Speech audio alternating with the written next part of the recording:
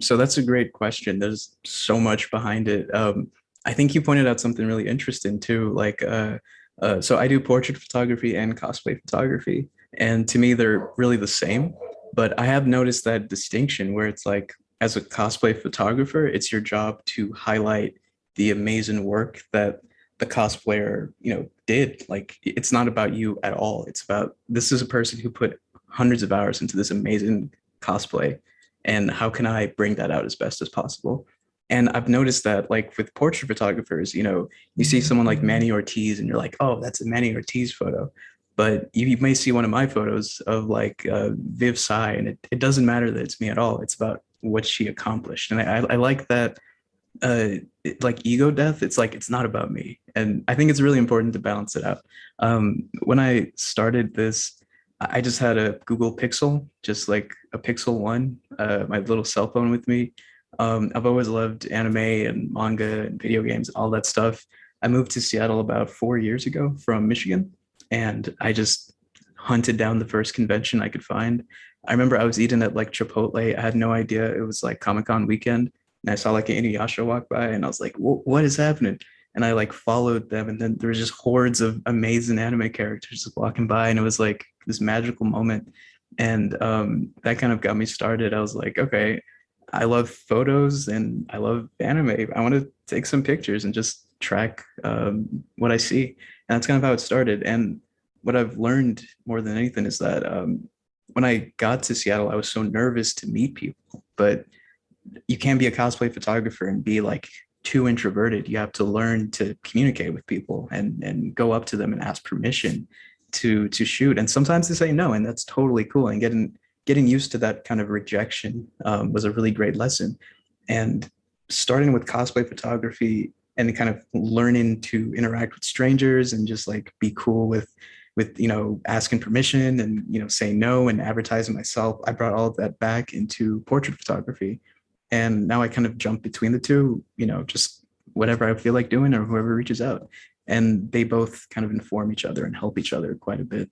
For socials, obviously I have, two different accounts. I have Rujabez and Cosplay Rujabez, and they both cater obviously to cosplay or portrait photography. Due to the pandemic, obviously Cosplay Rujabez has been a little bit quiet. My bad to anyone who's waiting.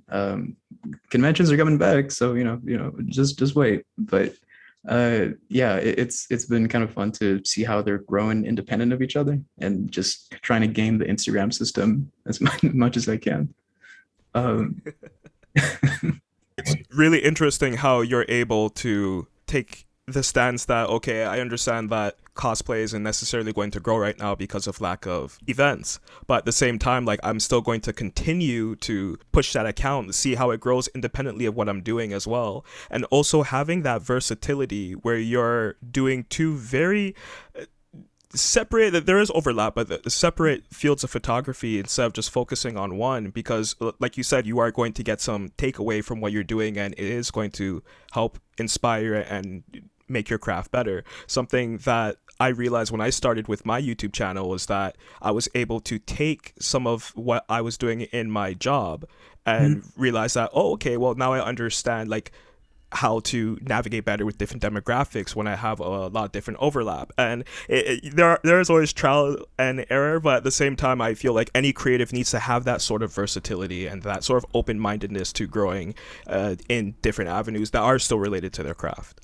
I totally agree. Like, everything is a lesson, everything is teaching you, and there's always something you can take away from it. Like, I was trained as an architect. Like, that's what I do in my 9 to 5. And it really doesn't have much to do with photography or cosplay at all, right? But it taught me how to frame things and how to compose and how to think about space. And it's like everything kind of overlaps. So there's nothing that is irrelevant to whatever you're passionate about. You can always take something away from it. You could be doing something that is totally unrelated to cosplay, but maybe you pick up how to talk with someone. Maybe you work as a waiter or something, and you kind of learn how to be conciliatory or how to diffuse a situation, and that could totally come back and help you if you're in a weird moment with a creep when you're at a convention or something. Like, everything is kind of interrelated and connected, and I think it's the job of a creative, whether you're a photographer like me or you're craft and just to take your life experiences and put it into your work and just be passionate about it. Social media is super complicated and changes, and like Instagram is moving away from photos and into video, and it's kind of whack, I think. But you know, you just kind of roll with the punches. Like, what can you do? I've started to play with Premiere Pro, taking like my photos and making them in the center and having like a video in the background. Like, there's interesting things you can do to kind of keep up, and not designed for social media necessarily, but designed for you and your art, and just maybe use whatever constraints that you have to inform the direction that you go in. But it's never a case of like, I'm designing for Instagram. I'm designing for me, and I'm making art for me. And it just happens to be on Instagram because I just use it.